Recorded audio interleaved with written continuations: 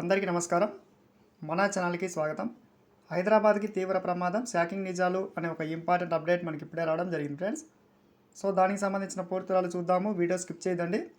మన ఛానల్ని first time చూస్తుంటే ఖచ్చితంగా ప్రతి ఒక్కరు సబ్స్క్రైబ్ చేసుకోండి. అప్పుడే ఇటువంటి ఇంపార్టెంట్ అప్డేట్స్ పొందవచ్చును. అలాగే మీకు వీడియో నచ్చితే తప్పకుండా లైక్ చేయండి ఫ్రెండ్స్. లైక్ చేయడం వల్ల వీడియో మరింత మందికి చేరుతుంది.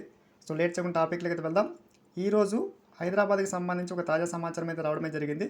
సో ముఖ్యంగా హైదరాబాద్కి సంబంధించినటువంటి ఒక షాకింగ్ నిజమైతే చూస్తూ ఉన్నాం. సో పూర్తి సమాచారం ఇక్కడ చూడొచ్చు.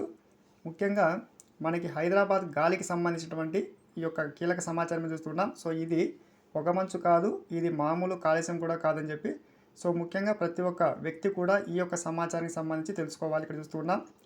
ఈ అధ్యయనంలో కొత్తగా మనకి షాకింగ్ నిజాలు వెలుగు చూడడమే జరిగింది. సో ముఖ్యంగా ఔటర్ రింగ్ రోడ్ పరిధిలో రోజుకు సగటున 18,101 కిలోల మనకి సల్ఫర్ డయాక్సైడ్ అయితే మనకి విడుదలవుతున్నట్టుగా తాజా సమాచారం చూస్తున్నాం. సో హైదరాబాద్ ఎయిర్ క్వాలిటీపై IIT కాన్పూర్ అధ్యయనం చేసింది ఫ్రెండ్స్. సో ముఖ్యంగా తెలంగాణ కాలుష్య నియంత్రణ మండలి ఆదేశాల మేరకు స్టడీ అయితే జరిగింది.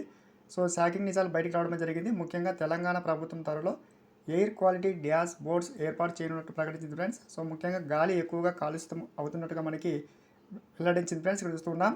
సో ముఖ్యంగా రియల్ టైం డేటాను కూడా సేకరిస్తూ ఉంది. సో దీనికి సంబంధించి కాలుష్య నియంత్రణకు సంబంధించి కూడా మనకి తెలంగాణ ప్రభుత్వం అనేక చర్యలు అయితే చేపట్టబోతున్నట్టుగా సమాచారం చూస్తున్నాం.